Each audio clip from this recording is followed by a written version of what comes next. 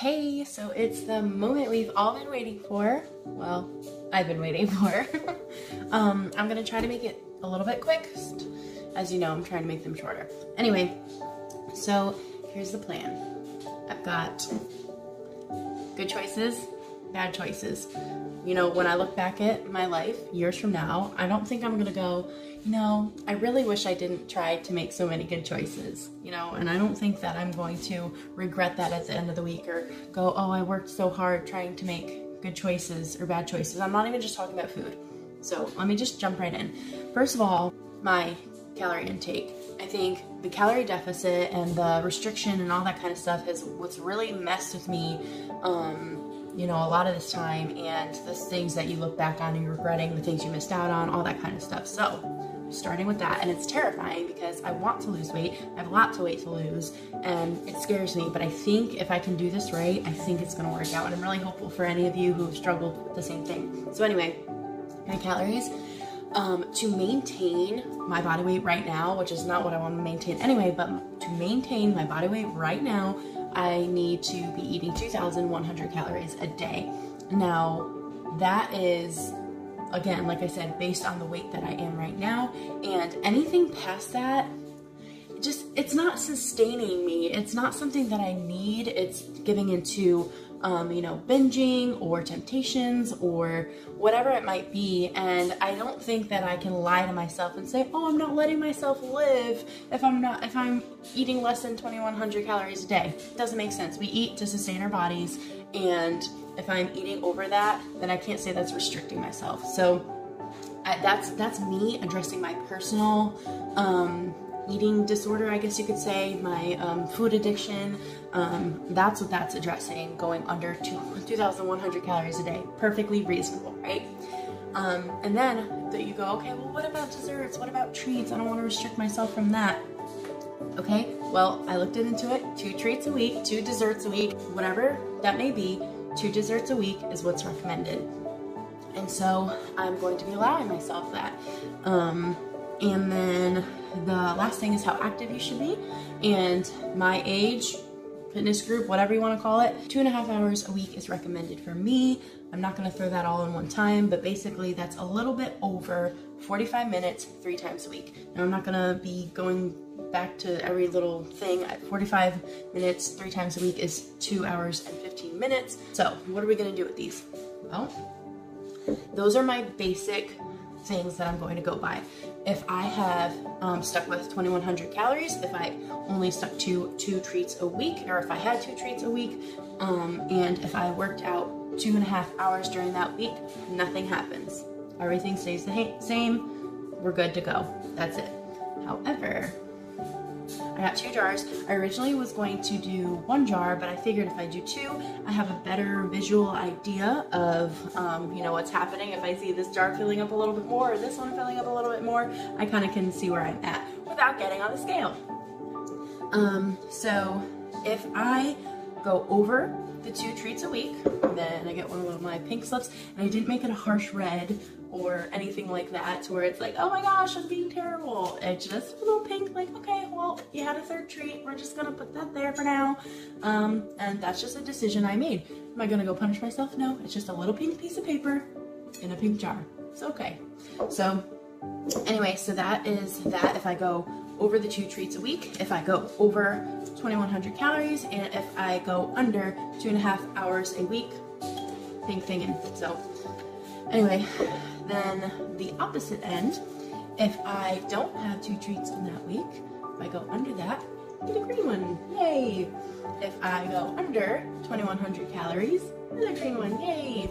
If I go over 2.5 hours of exercise a week, I get a green. So good choices, not so good choices, but in the end, it's just choices we're making throughout the week. Now, those are just the basics. And I went a tiny bit further into other things that could earn me good points on the green and other things that would earn not so good points in the red. And these go more into my overall daily life. It's not just about what I'm eating, it's about my personal goal. So as far as my green goes, is making a healthy meal. Now, I'm not pushing that as something that's on my main things. But if I have a healthy meal, if I decide to, and what I'm calling healthy, I would say is probably something like whole foods, something that's not processed, something that I cooked and not got through the drive-through. That would be a healthy meal. So healthy meal, hey, got a green. If I did an extra exercise, like I had mentioned, if that was one of my mains, then woohoo, get a green. My devotionals, that is very important to me. I think your spiritual health goes over your physical health because I think it just, goes hand in hand. And one thing I want to make sure I'm doing is getting in the Word, having my Jesus time. So every time that I do that, I get a green. And I have self-help / me time. That is something I really struggle with, of taking care of myself, just personal things that are keeping myself in a good, healthy mindset and body, just something that's a me time, whether it's doing my nails or I don't know. But that I will get a green for. So I think that'll be a little bit of motivation. I took some me time this week, I get a green. Then lastly, family time is really important to me, but with everything being so busy, it's not often that we get good family time, good quality time together. Get a green. So those are all my goals that will earn me some green or blue points. And then I have only 2 that are going to go in the red. So I'm trying to make this as motivational as possible. At least for now. We'll see how it goes. Again, I'm open to things changing. I want to figure this out with you guys. So anyway, my unhealthy reaction to stress.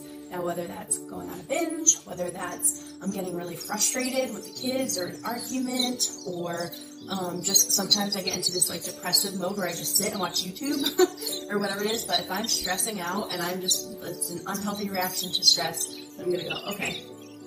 No, that'll remind me when I'm having a stressful time to just take a breath and figure out one of a green way to react to that. So I also wanted to mention to keep an eye out for my next video, which will be my stress jar, how I'm dealing with stress in a more positive way, but still kind of getting that comfort in. I didn't want to make this video too long, but yes, make sure you stay tuned for my stress jar video coming up next. That is just one. And then if I leave the house and without the dishes on a rotation, whether that's emptying them, loading them, whatever that is, and the laundry on a rotation. So again, emptying, filling, folding, whatever it is. So that if I can just get up in the morning, do what I need to do, run the dishes, run the laundry, then it doesn't pile up through the roof and become stressful and, which just caused me to get into a lot of these negative modes. So those are the only 2 things that are gonna go against me. Now at the end of the week, here's our weigh-in. I know it seems a little corny, a little silly, but again, I'm really motivated. I'm really excited about it. What I am going to do is after 2 weeks, that's what I'm going to do this trial period for. After 2 weeks, I am going to weigh myself. And that's just gonna give me kind of an idea of how this translates into my weight loss fitness journey and see if it makes any progress. Now, if the scale has no difference, no change, but I'm noticing my clothes fitting looser, I'm noticing I'm feeling better, or other things, then I'm gonna count that as a positive. But if I do lose some weight, I'm like, okay, I think this is working out and I'm going to stick to it. And guess what? The scale is going to go away and I'm only gonna weigh in once a month. Ugh, terrifying, terrifying, terrifying, terrifying. But if I can stick to these weigh-ins, then I think it'll just show, okay, you've been working really hard or you have been struggling or whatever it is, without this constant thing to look back on of, oh, I didn't, do this, or I failed and I ate a cheat meal this week, or that constant thing where you're getting on the scale and nothing's changing at all. But if I look back and I have tons of red and just a couple green, then I can look at the actual things that were bothering me, the actual things like, oh, I constantly left the house. That made me really stressful, and then I badly reacted to stress, and then I binge eated. Like, that's addressing the actual problems rather than just beating myself up because I ate a piece of cake. I hope that you'll do this with me, or at least cheer me on. Come on, just cheer me on. Tell me that I'm not crazy. No, I already know I am. I hope to see you in 2 weeks. See how this went. All right, bye.